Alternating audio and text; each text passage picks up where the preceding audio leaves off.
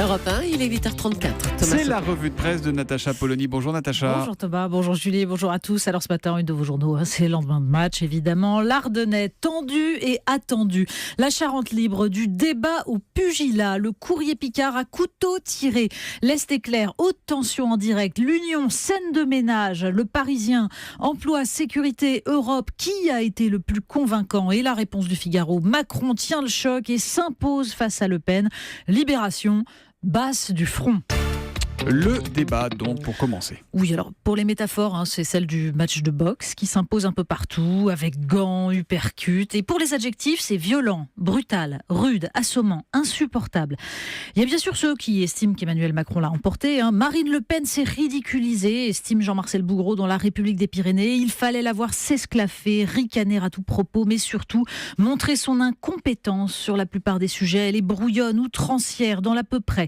Il est factuel, précis, analytique. Elle est agressive, il reste calme. Marine Le Pen avec son paquet de fiches face à Emmanuel Macron qui n'en avait pas, c'était l'élève face au maître. Franchement, Marine Le Pen n'est pas au niveau, juge Laurent Geoffrin dans Libération, mais en fait, il l'admet immédiatement. Ce jugement lui-même pourrait être contre-productif. Macron a dominé, écrit-il, mais a trop dominé, il a risqué d'irriter une partie du public. Et puis, il y a ceux qui ont compris qu'en fait, la question du supposé vainqueur ne se pose pas.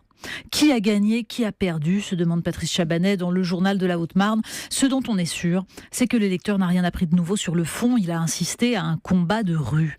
À trop sacrifier au concours de posture, juge Xavier Brouet dans Le Républicain Lorrain, l'exercice redescend au ras des pâquerettes et vire à la foire d'empoigne. Une joute d'abord destinée à porter le discrédit sur l'autre, estime Hervé Chabot dans l'Union. Bref, un débat qui ne changera sans doute rien au résultat de dimanche, mais qui nous raconte une France dont il sera difficile de recoudre les cicatrices. Alors, il y a quand même eu des sujets de fond qui ont été abordés, notamment les travailleurs détachés hier soir. Oui, et aujourd'hui en France, nous apprend que le gouvernement vient de donner instruction au préfet d'interdire la fameuse clause Molière, exiger que les ouvriers comprennent le français, comme le prescrivaient donc certaines collectivités, est, selon le gouvernement, contraire à la réglementation européenne et porte atteinte au principe d'égal accès à la commande publique. Alors la bataille, nous dit le Parisien aujourd'hui en France, devrait se déplacer sur le terrain judiciaire. Sur le terrain politique, ça, elle y est déjà. On va au Kosovo à présent.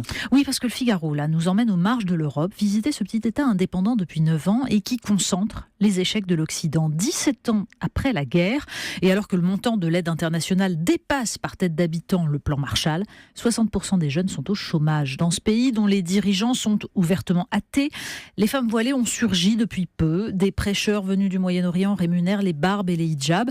Les départs pour le djihad se multiplient. La Turquie même s'est engouffrée dans le vide. Elle investit beaucoup.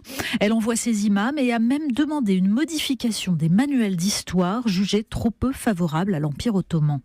L'Occident, qui a bombardé Belgrade pour l'indépendance du Kosovo, a oublié qu'après avoir gagné la guerre, il faut gagner la paix. On fait le ménage dans le sport, c'est dans Libération. Exactement, c'est Libération qui raconte cette histoire incroyable, qui nous raconte donc qu'il y a une question d'éthique qui agite la Fédération européenne d'athlétisme. Faut-il annuler les records antérieurs à 2005 au motif que les contrôles antidopage ne sont pas fiables avant cette date? Alors, certains de ces records ne seront jamais battus, on le sait. Mais le problème, c'est qu'il y a des athlètes qui protestent. Ils estiment qu'ils vont payer injustement pour les tricheurs.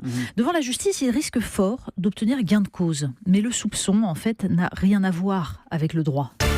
On termine toujours avec du sport, du rugby, ou presque. Oui, exactement. Alors, vous connaissez sans doute pas Pierre Tripp-Catdevielle, Non. ancien rugbyman de la section paloise.